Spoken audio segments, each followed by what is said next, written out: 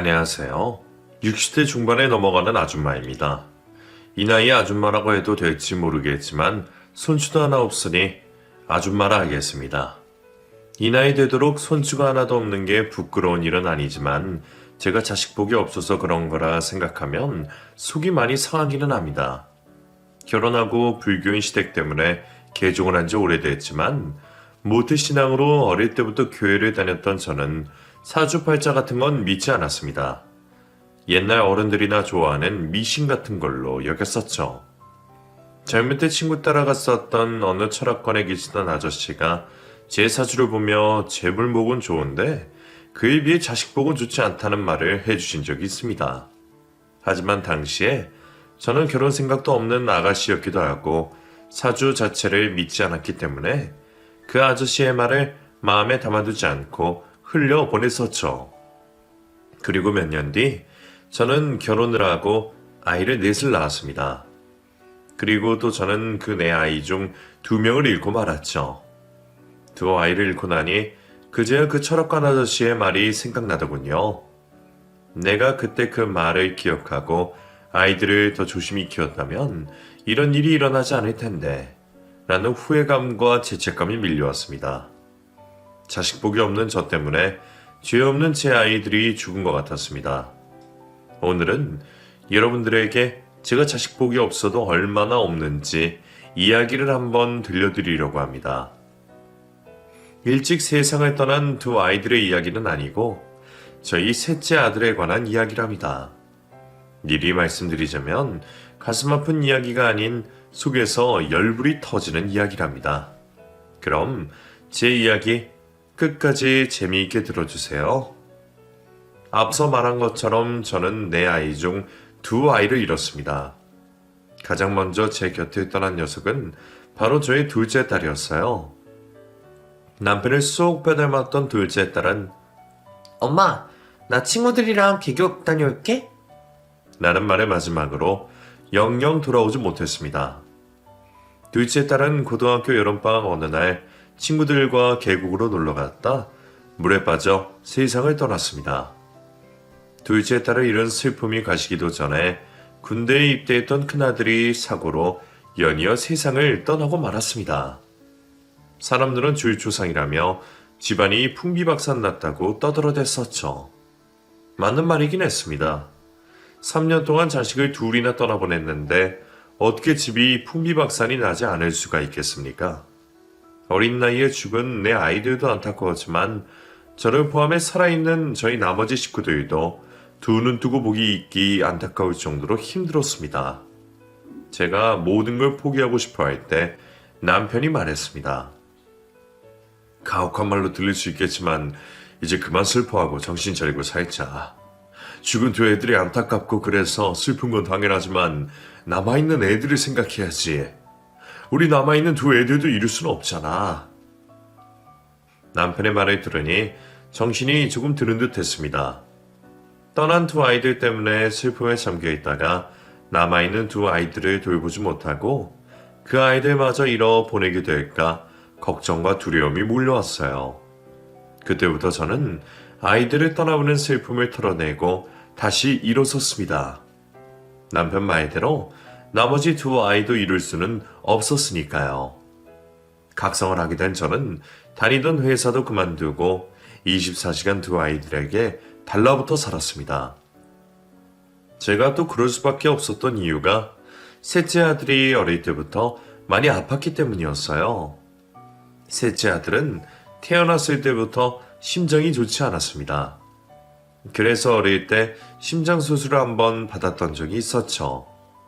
다행히 수술은 잘 되었지만 수술을 하고 난 이후부터 잔병 치레를 많이 했었습니다. 커서도 병약했던 아들이었기 때문에 첫째와 둘째를 잃고 셋째에게 더 매달렸었던 것 같습니다. 다행히 넷째 딸은 신체도 정신도 건강했고 제가 챙겨주지 않아도 알아서 잘하는 씩씩한 딸이었습니다. 오히려 저의 관심과 보호를 싫어했던 딸이었죠. 사실 말도 아이들에게 달라붙어 살았다고는 했지만 지금 생각해보면 말 잘 듣고 병약한 셋째 아들만 제 품에 품고 살았던 것 같습니다. 애들이 성인이 되었을 때도 마찬가지였습니다. 엄마, 나 대학 교수 되고 싶어 하는 거 엄마도 알지? 대학 교수 되려면 돈도 시간도 많이 들어서 그러는데, 엄마 나 대학 교수 될 때까지 지원해 줄 수 있어? 딸은 대학교에 입학을 하자마자 자신의 인생 계획을 말하며 금전적 지원을 해달라고 했습니다. 엄마가 돈이 없는 것도 아니고 네가 한다고 당연히 다 해줄 수 있지. 그런 거 걱정하지 말고 너는 공부나 열심히 해. 그리고 엄마, 하나 더 말하자면 나 결혼할 생각 없으니까 나한테 결혼 기대나 하지 말아줬으면 해? 나 평생 독신주의로 살 거야? 대학 교수가 되겠다는 둘째는 자신이 독신주의라는 말까지 함께 해왔습니다. 처음에 그 말을 들었을 땐 어이가 없어서 콧방귀를 뀌었었어요. 결혼하지 않겠다고 해놓고 결혼한 사람들을 수없이 많이 봐왔기 때문이었죠. 막내딸은 저를 닮아 똑똑하니 금전적인 지원만 해주면 알아서 잘 살겠다 싶었던 저는 앞으로는 우리 셋째만 잘 돌보고 지켜내자고 생각했었습니다. 성인이 된다는 큰 아들을 끼고 도는 걸 보면 남들은 욕할 수도 있었겠지만 저는 제 아들을 지켜내고 싶었습니다. 대학교 다닐 때 아들의 별명이 마마 보일 정도로 저는 아들을 쫓아다녔습니다. 그런데 아들이 대학을 졸업하고 첫 직장에 들어가면서부터는 저에게서 정신적으로 독립을 원했습니다. 아들, 오늘 첫 출근이지? 엄마가 일단 회사까지 데려다 주고 나서 아들 회사 근처 카페에서 기다리고 있을게. 회사에서 무슨 일 생기면 엄마한테 바로 연락해. 엄마, 나 안 데려다 줘도 되고 데리러 오지 않아도 돼.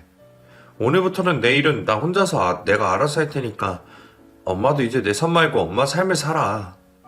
아니 아들, 그게 무슨 소리야. 엄마는 충분히 엄마 삶 살고 있고 널 챙기는 게 엄마 삶의 일부인데 그렇게 말하면 어떡해. 어? 엄마 서운해?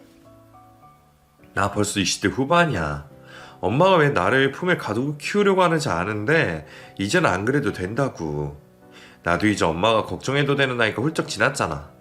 엄마가 걱정하는 일 없도록 항상 조심하면서 살게.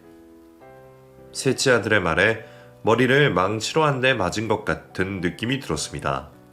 아들이 제가 상처받지 않도록 조심히 말을 하긴 했지만 그 말 안에는 엄마 이제 그만해 라는 뜻이 내포되어 있는 것 같았습니다. 평생 품에 품고 살던 아들을 독립시키는 일은 결코 쉬운 일은 아니었지만 아들의 더 큰 행복을 위해 노력했습니다. 하지만 부모로서 아들에 대한 걱정을 완전히 하지 않을 수는 없었습니다. 아들아, 여자친구를 좀 사귀고 그러니? 35 되기 전에는 너도 장가를 가야 되지 않겠어? 여자친구 만나기 힘들면 엄마가 선자리라도 만들어줄까? 엄마, 내 연애 사업은 내가 알아서 할게. 내가 엄마한테 말을 안 해서 그렇지 대학교 때부터 끊임없이 잘 만나왔어. 어머, 그게 사실이야. 그러면 엄마한테 여자친구 얼굴도 좀 보여주고 그래봐. 우리 아들 취향은 어떤 취향인지 엄마도 궁금하다. 아들이 숫기가 없어서 여자도 하나 제대로 만나지 못할까봐 걱정을 했었는데 다행히 아들은 저 몰래 여자친구를 꾸준히 만나온 듯 했습니다. 넷째 딸만 똑똑이 취급을 하고 셋째 아들은 병약하다는 이유로 세상 물정 모르는 순둥이 취급을 한 게 미안할 정도였어요.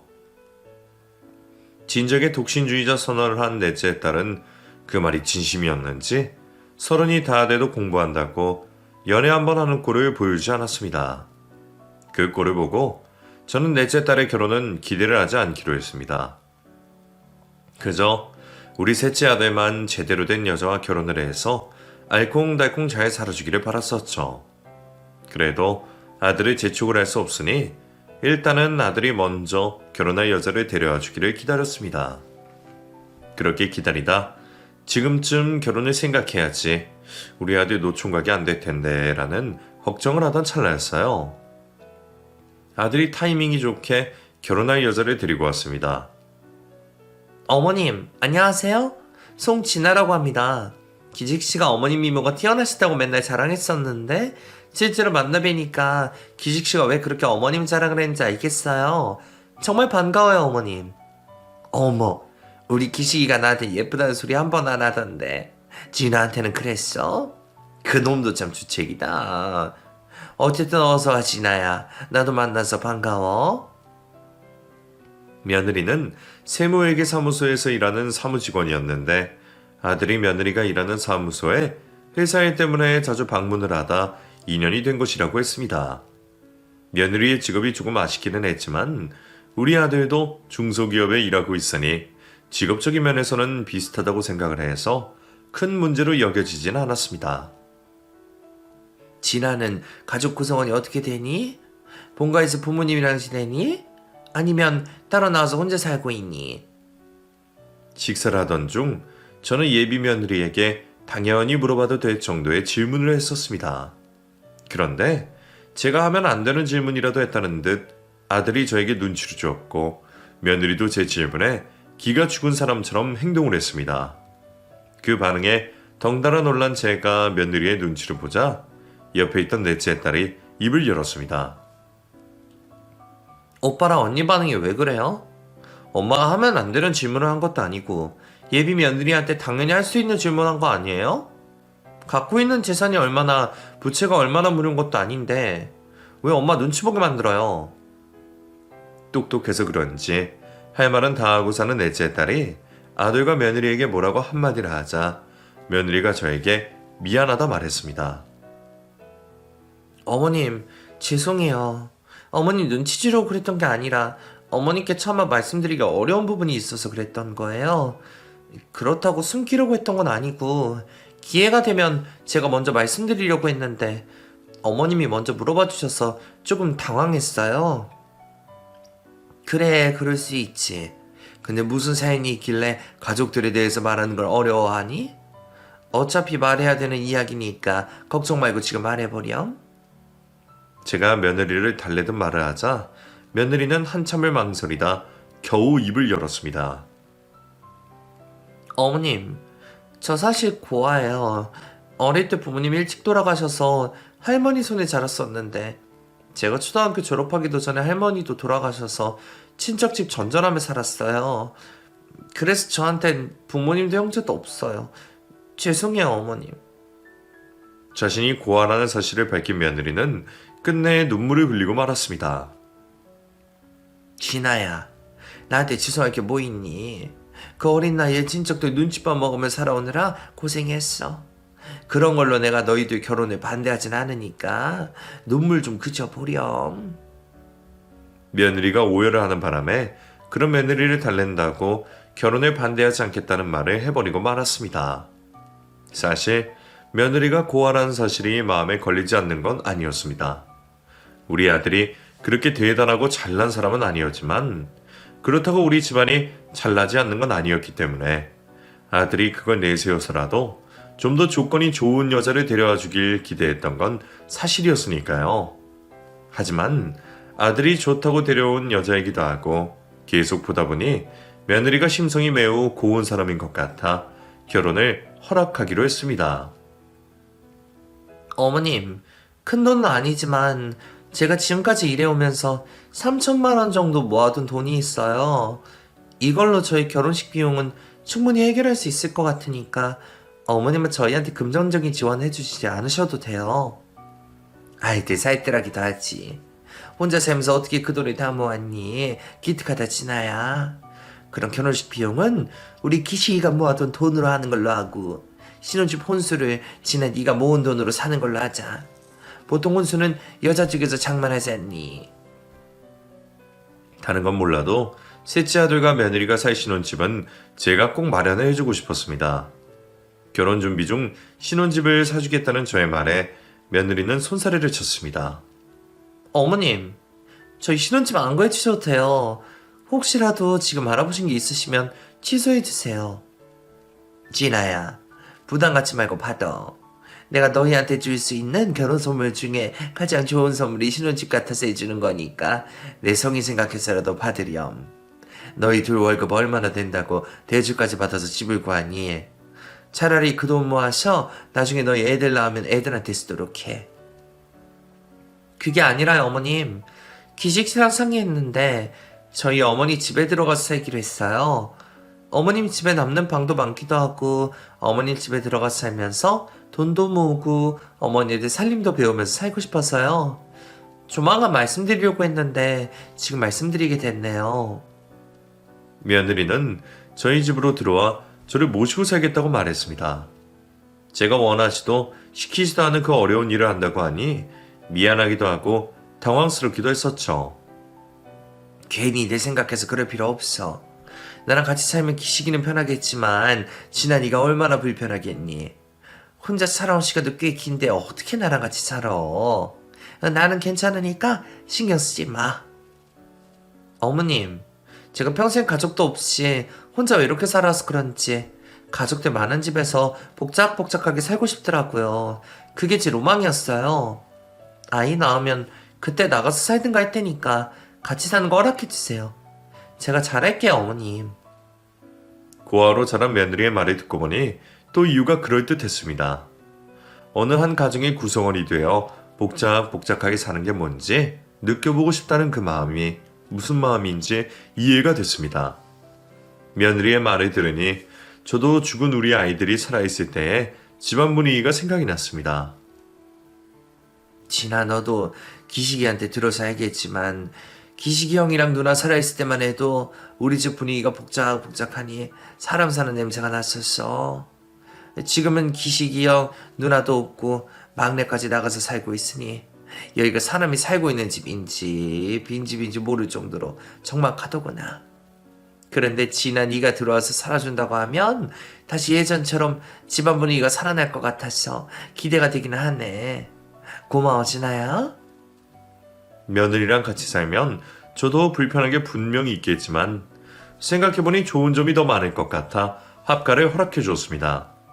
사람들은 시몬을 모시겠다고 제 발로 들어와서 살아주는 저희 며느리를 보면서 말했습니다. 기식이 엄마 며느리 보기 좋나봐. 하나밖에 없는 며느리가 벌써부터 모시고 살아준다고 하니까 얼마나 좋아.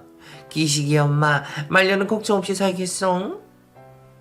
하나밖에 없는 며느리가 지혜롭고 인품이 좋으니 저 스스로도 제가 며느리 복은 타고났다고 생각할 수밖에 없었습니다. 결혼 후 저희 집으로 들어온 며느리는 내가 이런 대우를 받아도 되나 싶을 정도로 잘해주었습니다. 어머님, 앞으로 식사는 제가 다 차릴 테니까 어머님은 아침에 늦잠도 주무시고 낮에 친구분들이랑 놀러도 다니시고 하세요.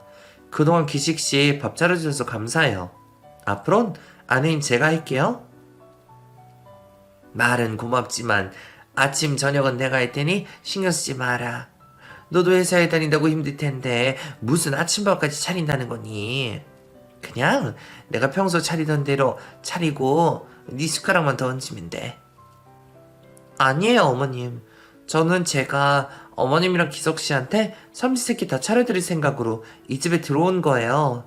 그게 제가 할 일이에요. 어머님 평생 식구들 챙기면서 살아왔는데 이제는 며느리한테 책임 받으셔야죠. 며느리가 합가를 하겠다고 저희 집으로 제 발로 들어오긴 했지만 저는 며느리에게 집안 살림을 시킬 생각이 없었습니다. 며느리도 회사를 다니고 있기도 했고 어차피 내가 하던 일이니 딸 하나 더 생겼다 생각하기로 했던 거였죠. 며느리는 며느리라고 괜히 더 부려먹는 시모가 되고 싶지도 않았습니다. 밥도 빨래도 청소도 내가 알아서 할 테니 진아 너는 내가 도와달라는 일에만 도와주면 돼. 알겠니? 제가 그렇게 하지 말라고 말을 해도 며느리는 귀엽고 저보다 더 일찍 일어나 아침밥을 차렸습니다. 그리고 아침에 제가 눈을 떴을 때면 청소도 빨래도 이미 다 되어 있어 제가 손댈 구석이 하나도 없었습니다. 아이고 하지 말래도 왜 말을 안 듣니? 회사 일만 하는 것도 벅찰 텐데 왜 집안 살림까지 네가 하는 거야? 너 이러면 내 마음이 불편해? 어머님 불편하지 마세요. 어머님 계시나 안 계시나 기석씨랑 둘이 살았어도 제가 했어야 될 일이었어요. 저도 그냥 제 빨래하는 김에 어머님 것도 같이 해드리는 거예요. 며느리의 말을 듣고 보니 또 그 말도 맞는 말이기는 했습니다. 하지만 그렇다고 해서 제 마음이 편해질 리는 없었습니다. 며느리가 집안 살림을 하지 못하게 말리고 있던 중이었습니다. 며느리가 좋지 않은 소식을 하나 전해주었어요. 어머님, 저 이번 달까지만 일을 하고 다음 달부터는 회사를 그만둬야 될 것 같아요. 어머님도 아셔야 될 것 같아 말씀드려요. 잘 다니고 있는 회사를 왜 그만두니? 회사에 편하다고 하지 않았어? 무슨 문제라도 생겼니? 그게 아니라요. 다음 달이면 계약이 끝나거든요. 회사에서 저에 대한 평판이 좋아서 당연히 정규직으로 전환해 주실 줄 알았는데 저보다 더 어리고 대학 나온 새 직원을 뽑아야 된다고 정규직 전환도 재계약도 없이 이번 달까지만 일하고 나가달라고 하네요. 며느리의 말을 듣고 속에서 천불이 나는 걸 느꼈습니다. 며느리가 일을 그만둬서가 아니라 나한테 너무 소중하고 착한 며느리가 밖에서 그런 대우를 받으며 산다는 게 속이 상해서 천불이 났던 것이었죠. 저의 표정이 굳어지자 며느리가 다급하게 말했습니다. 어머님, 걱정하지 마세요. 저 계약 끝나면 바로 다른 일자리 구할 거예요. 단순 사무직 경력자이기도 하고 기혼자라 제대로 된 일자리를 구하긴 힘들긴 하겠지만 무슨 일이든 할 수 있을 거예요. 저 어머님이랑 기식 씨한테 얻어만 먹고 살지 않을 테니까 기분 푸세요. 내가 지금 지난 너 회사 그만둬서 이렇게 화가 난 줄 아니? 지금 네가 다니는 회사 하는 짓 때문에 화가 나서 그래. 지난 너 이번에 회사 그만두면 바로 일 구하지 말고 너도 좀 쉬어. 기식이가 벌어오는 돈이 있으니 그걸로 생활비에도 충분하니까 무리해서 다른 일 구할 필요 없어. 웃으면서 말을 하지만 저보다 더 속상해할 며느리를 꼭 안아줬습니다. 그러니 그제야 며느리가 눈물을 흘리며 진짜 속마음을 털어놓았습니다. 어머님, 저 정말 속상해요. 아무리 열심히 살아도 저같이 부모님 꽉벌 낮은 사람은 제대로 인정받고 살 수가 없어요. 세상은 정말 불공평한 것 같아요. 진아야, 알아. 내가 네 마음 잘 알아. 응? 그래도 이제 진아 너한테는 기식이도 있고 나도 있으니 너무 속상해만 하지 말아라. 가족들이 너를 인정해주면 다른 사람들이 너를 뭐라고 생각하든 중요하지가 않아. 다른 사람은 몰라도 나랑 기식이는 네가 착하고 능력 좋은 사람이란 걸 아니까 속상해하지 말자. 저는 며느리를 위로해주며 새로운 제안을 하나 했습니다. 진아야, 이렇게 된 거 회사 그만두게 되면 하고 싶은 공부 시작해봐. 대학을 가도 좋고 자격증을 따도 좋고 고시 같은 거 준비해도 좋으니까 잘 생각해보고 너 하고 싶은 일 시작해보렴. 아니에요, 어머님. 대학이든 고시 준비든 뭐가 됐든 시간도 많이 들고 돈도 많이 드는데 결혼한 사람이 어떻게 그래요. 저 다른 일 구하면 돼요, 어머님. 너 그동안 공부하고 싶어도 먹고 사는 게 바빠서 못했을 거 아니니? 이제는 너 뒷바라지 해줄 남편도 있고 나도 있으니 그동안 못했던 공부 시작해. 요즘은 배움에 나이가 없다고 내 친구도 지금 만학도로 대학 다니고 있잖니. 너도 늦지 않았으니까 하고 싶은 거 다 해봐. 하루 벌어 하루 먹고 사느라 하고 싶은 것도 못하고 고생만 하며 살았을 며느리에게 선물을 하나 해주고 싶었습니다.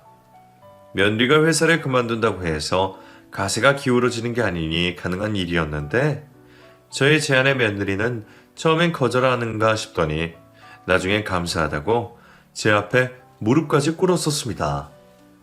그렇게 며느리가 회사 일을 그만두고 난 후였어요. 집에 있는 시간이 많아진 며느리는 제 예상대로 회사를 다닐 때보다 더 열심히 집안일을 했습니다. 이러라고 다른 일을 구하지 말라고 했던 건 아니었지만 며느리는 이렇게 지내는 게 더 편하다고 했습니다. 어머님, 제 손으로 어머님 식사 챙겨드리고 집안 살림하는 게 제 마음이 편해요. 제가 할 수 있는 게 이것뿐이잖아요. 근데 이것마저 못하게 하시면 저 정말 속상해져요.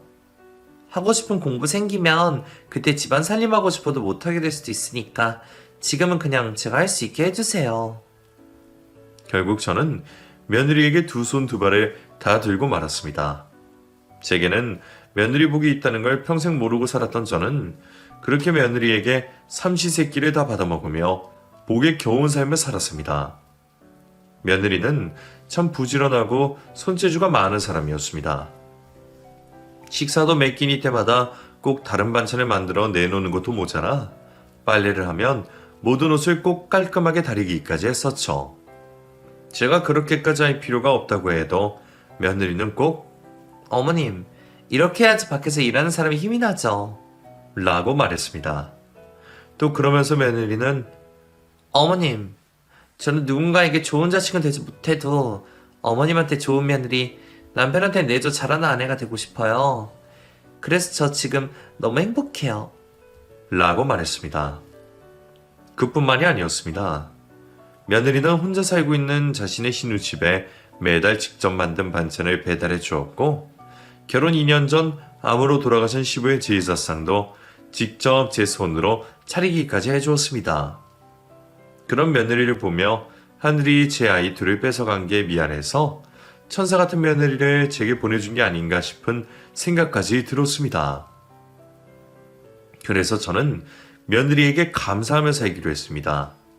그리고 정말로 제 자식과 같이 생각하며 살기로 했었죠. 천사 같은 며느리도 얻고 셋째 아들은 스카웃이 되어 대기업으로 직장도 옮기고 대학 교수가 되겠다는 막내딸이 박사학위까지 받게 되니 누구 말대로 제 말년은 행복한 일만 가득한 것 같았습니다. 하지만 하늘은 늘 그렇듯 저의 행복을 가만히 지켜봐 주지만 않았습니다. 어머님, 요즘 안색이 너무 안 좋아 보이시는데 저랑 병원이라도 한번 가보실래요? 낯빛만 보면 어머님 꼭 간이 안 좋은 사람 같이 보여요. 평생 아픈 셋째 아들과 남편의 건강만 들여다보고 사느라 제 건강은 살피지 못했다는 걸 스스로 너무 잘 알았던 저는 며느리의 말을 듣고 아차 싶었습니다. 며느리의 말을 듣고 거울을 보니 정말로 저의 낯빛이 많이 이상해졌다는 걸 느낄 수 있었습니다. 병원에 가보니 검사 결과 간 경화였습니다. 간암까지 가지 않은 게 다행일 정도의 상태였어요. 저는 그래도 간암이 아닌 게 어디냐라는 생각에 안심을 했는데 어쩌면 간 이식이 필요할지도 모른다는 의사의 말에 며느리가 제게 말했습니다. 어머님, 간 이식 필요하다고 하면 제가 할게요. 기식 씨는 간 이식할 수 있는 몸도 아니고 아가씨는 해야 할 일들이 많으니 건강은 제가 하는 게 맞아요. 그러니까 어머님은 걱정하지 마세요. 아시겠죠? 내가 어떻게 너한테 간 이식을 받니? 필요하다면 기증자가 나올 때까지 기다리면 돼. 나는 며느리한테 간 이식 받으면서까지 오래 살고 싶지 않아. 그리고 너도 애 가져야 되는데 어떻게 간 이식을 해준다 그러니? 어머님, 지금 애가 중요해요? 저는 제 임신보다 어머님이 더 중요해요. 그리고 기증자가 언제 나타날 줄 알고 기증자를 기다려요. 안 돼요, 어머님. 다행히 정밀검사 후 병원에서는 장기적인 약물로도 충분히 치료가 가능할 것 같다고 해서 간 이식은 피하게 되었습니다. 며느리의 간을 이식받지 않게 된 게 얼마나 다행인지 몰랐습니다. 그런 일은 일어나지 않았지만 그래도 저를 생각해주는 며느리의 마음이 너무 예뻐서 제가 며느리와 아들을 앉혀두고 말했습니다. 나는 이번 일로 진아한테 정말 크게 감동을 했어. 내 부모도 아니고 피 한 방울 안 섞인 시어머니한테 선뜻 간 이식을 해준다는 게 쉽지 않다는 걸 내가 잘 알지 않니? 그래서 나는 죽으면 내 재산 우리 진아한테 다 줄 생각이야. 이렇게라도 진아 마음에 보답을 하고 싶구나. 그래요, 엄마. 저도 엄마가 저한테 다 주신다고 해도 진아한테 주려고 했어요. 이번 일뿐만 아니라 평소에 엄마한테도 저한테도 진아가 정말 잘해주고 있잖아요. 그래서 저도 진아한테 꼭 보답하고 싶었어요. 아들도 저와 같은 생각을 하고 있는 듯 했고 며느리는 저의 말에 크게 감동을 받은 듯 했습니다. 어머님, 저는 말씀만이라도 정말 감사해요. 제 마음을 알아주시고 저를 인정해 주시니까 몸둘 바를 모르겠어요. 어머님이 저한테 다 주신다고 하시고 기식 씨한테 다 주셔도 저는 괜찮아요. 그러니까 몸 건강히 오래만 살아주세요. 비록 몸은 성치 않았지만 마음이 행복하니 내 몸이 아픈지도 모른 채 살아가고 있을 때였습니다. 셋째 아들이 결혼한 지도 1년이 넘어가고 있으니 슬슬 아이를 가져야 되지 않겠나 싶은 생각이 들었습니다. 물론 제가 낳는 게 아니니 강요할 일은 아니지만 아들과 며느리의 속내가 궁금하기는 했습니다. 진아야, 너희는 이 세계에게 어떻게 되니? 이제 결혼한 지 1년이 넘어가는데 안 낳을 거 아니면 이제 슬슬 준비해야 되지 않겠어? 어머님, 안 그래도 저희 결혼하고 1년 안에 아이 만들자고 했는데 신혼생활이 너무 재밌어서 그런지 아이 생각이 안 나더라고요. 그래서 기식씨랑 천천히 가져보자 했는데 근데 또 요즘 아기들이 너무 예뻐 보여서 저희도 슬슬 준비해볼까 생각 중이에요. 그런 생각이 들면 아이 가져야지. 기식이도 회사 옮겨서 결혼 전보다 월급 더 받아오니까 슬슬 준비해봐. 저의 말에 며느리는 뭘 보여주고 싶은지 자신의 휴대폰을 들고 다가왔습니다. 어머님, 얘가 저랑 제일 친한 친구 아기인데 너무 예쁘지 않아요? 다른 사람에는 그렇게 안 예뻐 보이던데 자매만큼이나 친한 친구이라 그런지 너무 예쁜 거 있죠? 며느리는 자신의 친구 아기 사진을 보여주겠다며 저에게 휴대폰을 건넸습니다. 며느리가 건넨 휴대폰 속의 아이는 정말 며느리의 말처럼 예뻤습니다. 아들이라는데 딸만큼이나 예쁜 아기라 사진을 여러 장 구경을 하고 있었죠. 그러던 중 며느리는 휴대폰을 두고 화장실로 들어갔습니다. 그렇게 한참을 아이 사진을 구경하고 있는데 휴대폰 상단에 카톡 메시지가 하나 뜨더군요. 너네 시모 언제 죽을 줄 알고 그런 소리를 하냐? 인터넷에 간에 안 좋은 음식 검색하면 다 나오니까 찾아봐. 메시지의 내용을 보고 그러면 안 되는 줄 알면서도 저는 메시지 알림을 눌러보았습니다. 그러자 며느리와 며느리가 자매처럼 생각한다던 친구의 메시지 창이 떴습니다. 그리고 제 눈에는 며느리가 마지막으로 보낸 메시지가 눈에 들어왔습니다. 나 신모 죽고 유산 받으면 바로 이혼할 거야. 간에 안 좋은 음식 뭐 있지? 요즘 우리 신모 안색이 좋아져서 걱정이네? 메시지 내용을 보고 너무 놀란 제가 손을 덜덜 떨며 제 옆에 앉아 TV를 보고 있는 아들에게 며느리의 휴대폰을 건넸습니다. 기시가, 너 얼른 그 메시지 좀 읽어봐. 신아 지금 지 친구랑 무슨 이야기를 하고 있는 거니? 신아가 말하는 시모가 나 맞지? 제 말에 아들이 며느리의 휴대폰을 들여다보더니 몇 주 뒤 저와 마찬가지로 손을 부들부들 떨기 시작했습니다. 기시가, 엄마가 잘못 본 거 아니지? 신아 지금 나 죽일 작정인 거 맞지? 대답 좀 해봐. 아들은 아무 말도 하지 않았습니다. 몇 분 뒤 화장실에서 나온 며느리가 가라앉은 집안의 분위기를 감지했는지 아무것도 모르는 상태로 조심스레 물었습니다. 어머님, 여보, 무슨 일 있어요? 갑자기 분위기가 왜 이래요? 무슨 연락이라도 온 거예요? 며느리에게 무슨 말을 해야 할까? 화를 내야 되나 차분하게 물어봐야 되나 한참을 고민하던 저는 일단 차분히 며느리의 말을 들어보기로 했습니다. 보려고 본 게 아니고 네 친구 아기 사진보다 우연히 보게 됐는데 너 친구랑 나눈 이 대화 내용 도대체 뭐니? 당신 솔지씨랑 나는 이 카톡 도대체 뭐야? 당신 진짜 미쳤어?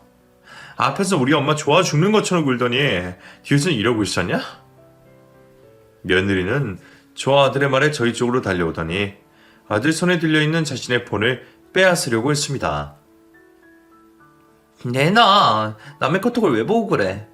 그리고 어머님, 저 절대 나쁜 의미를 가지고 했단 말 아니에요. 그러니까 오해하지 마시고 제 말 좀 들어주세요. 그 말이 지금 나보고 믿으라고 하는 소리니? 나쁜 말에 내뱉어 놓고 나쁜 의미로 한 말이 아니었다는 게 무슨 논리니 지금? 어머님, 결혼한 친구들끼리 대화하다 보면 어쩌다 시댁 얘기도 나오고 그러다 보면 마음에 없는 시댁 욕도 하고 그러는 거예요. 어머니도 시집 오셔서 친구들한테 시댁 욕하고 했을 거 아니에요. 저도 그런 거예요. 며느리는 며느리가 할 수 있는 시댁 욕을 한 것뿐이라는 이상한 논리를 들이댔습니다. 하지만 대화 내용은 결코 단순한 시댁 욕이 아니었습니다. 송진아, 네가 어떻게 이럴 수가 있어? 가족도 뭣도 없는 너를 가족으로 받아들여주고 살아놓은 먹여 살려주고 있게 누군데 어떻게 네가 이럴 수 있냐고. 어떻게 천사의 탈을 쓰고 뒤에서 악마 같은 짓을 할 수가 있어. 우리 엄마가 널 얼마나 생각하는지 너도 잘 알잖아. 당신 지금 말 다 했어? 당신 지금 나한테 말 실수한 거야. 당장 사과해. 가족도 뭣도 없다고 내가? 며느리는 아들의 말에 기분이 나빴는지 갑자기 정색을 하며 아들에게 달려들었습니다. 내가 틀린 말 했냐? 다른 건 몰라도 너한테 가족이 되어준 게 누군데? 돈 다 대줄 테니까 너 하고 싶은 거 다 하라고 지원해준 사람이 누군데? 우리 엄마 아니야? 그래, 네 엄마가 나한테 다 해준다고 했지. 근데 그게 뭐? 솔직히 며느리 딸처럼 생각한다고 해놓고 진짜 며느리 딸처럼 생각하는 시모가 얼마나 되는데? 너는 아들이라 너희 엄마 하는 행동이나 말들이 다 좋게만 보이겠지만 나는 전혀 아니거든?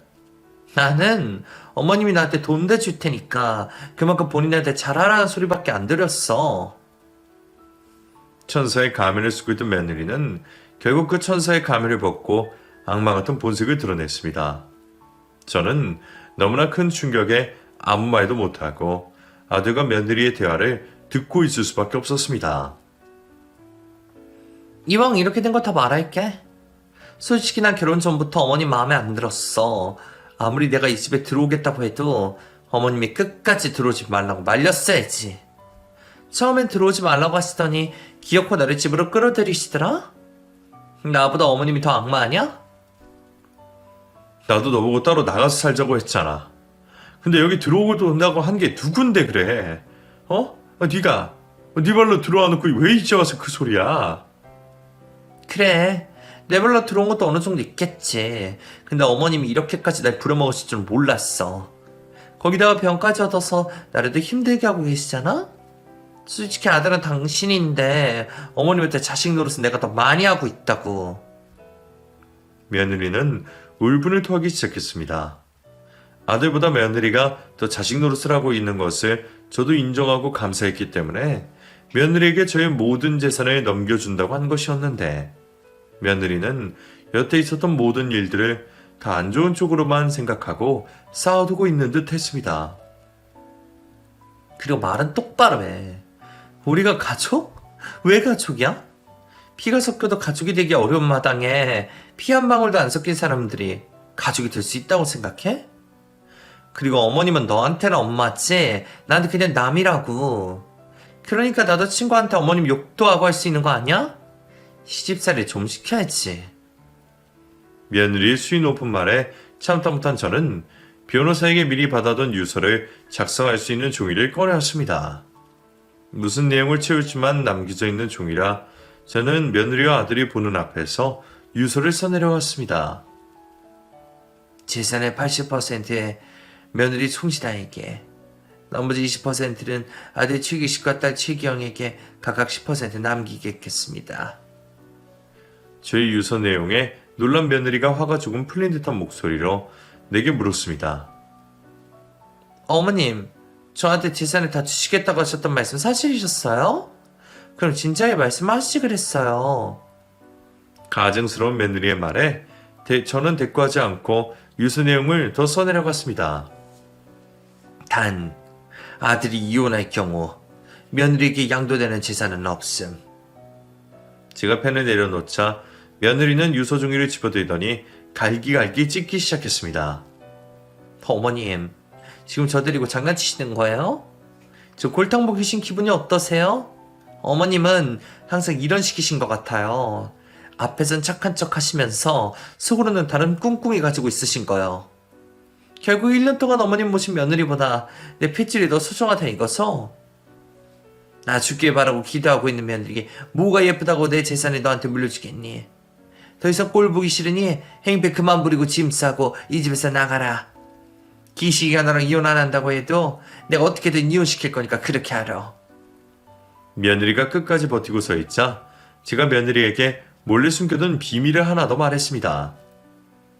다음 주에 네 앞으로 아파트 하나 계약해 주려고 얼마 전에 내겐 너한테 인감도장 달라 했던 거야. 진아야, 내가 너한테 어떻게 잘했는지 못했는지 모르겠지만은 나는 너를 진심으로 내 새끼라고 생각했었어. 역시 사람 마음은 쌍방이어야 된다고? 내 마음만 늘 생각해서는 안 되는 일이었구나. 이제 주한 모습만 보이고 이 집에서 나가주려무나. 저의 말에 며느리는 허탈한 표정을 짓더니 갑자기 무릎을 꿇고 제 바지가랑이를 붙잡았습니다. 어머님, 제가 잠깐 이성을 잃었었나 봐요. 괜히 나만 잘못한 사람이 되기 싫어서 일부러 마음에도 없는 말을 내뱉었어요. 어머님이랑 기식씨한테 버림받게 될까봐 무서워서 일부러 어머님 죄 없는 어머님 잘못도 만들어낸 것 같아요. 저 지금 제 잘못 뉘우치고 반성하고 있으니까 제발 한 번만 용서해 주세요. 며느리는 제 바지가랑이를 붙잡고 싹싹 빌기 시작했지만 이미 엎질러진 물은 다시 담을 수가 없었습니다. 며느리의 카톡 내용을 보고 난 후 며느리가 바로 바짝 엎드려 용서만 구했다면 이 지경까지 오지 않았을 거라 생각을 했습니다. 하지만 며느리는 이성을 잃고 마음에 담아둔 자신의 속마음을 모두 털어놨기 때문에 며느리의 진짜 속마음을 알게 된 이상 며느리를 용서해주기가 쉽지 않았습니다. 우리 인연은 여기까지인 것 같다. 이 집에서 나가면 갈 곳 없는 거 잘 알지만 그래도 우리는 더 이상 한 집에서 살기 힘들 것 같으니 나가줬으면 해. 며느리를 집에서 내쫓은 후 마음이 불편했던 저는 아들에게 조용히 합의 이혼을 하라고 말했습니다. 하지만 며느리는 1년 동안 자기가 저를 모신 노동의 대가로 1억 원 받아야지 합의 이혼을 해주겠다고 해서 화가 난 아들은 결국 이혼 소송을 걸게 되었습니다. 지나 아무것도 없이 빈털터릴 텐데 그냥 달라는 돈 주고 깨끗이 끝내지 그랬니? 괜히 소송까지 가면 너도 힘들고 엄마도 스트레스 받아서 힘들어. 엄마, 걔가 1억 달라면서 뭐라는 줄 알아? 네 엄마는 남의 집딸 그렇게 부려먹고 어떻게 돈 한 푼 안 주고 쫓아낼 수 있냐면서 그러니 자식들이 죽어나가는 거라고 했어. 그렇게 말하는데 내가 어떻게 그 돈을 쥐어줄 수 있겠어? 이혼 소송 중에도 며느리는 판사에게 위자료로 저를 모신 노동의 대가를 받아야 된다고 우겼습니다. 하지만 며느리가 일을 쉬면서 저에게 받아간 용돈으로도 충분히 그 노동의 값이 충당되었기에 며느리는 한 푼의 돈도 받을 수 없었습니다. 며느리가 잘못을 해서 쫓겨나기는 했지만 가족도 돈도 없는 애를 길바닥에 내쫓아서 마음이 불편했었습니다. 하지만 귀엽고 저에게 죽은 제 아이들까지 들먹이는 며느리를 보며 남아있던 동정심도 사라져버리고 말았죠. 자식 복이 없다는 말이 자식들을 일찍 보내게 된 것만을 뜻하는 게 아니라는 것을 깨닫게 되었습니다. 제 속을 썩이는 자식이 있다는 것 자체가 자식 복이 없다는 말의 의미 같았습니다. 어릴 때 아프고 커서는 이혼까지 한 셋째 아들, 박사학위를 따고 대학 교수가 되었지만 시집은 절대 가지 않겠다는 막내딸. 저는 정말 자식 복 없죠? 그래도 저는 부모니까 제가 눈 감는 그날까지 우리 두 애들 잘 돌보다 가고 싶습니다. 저는 자식 복 없다는 소리는 들어도 우리 애들은 부모 복 없다는 소리 듣게 하면 안 되니까요.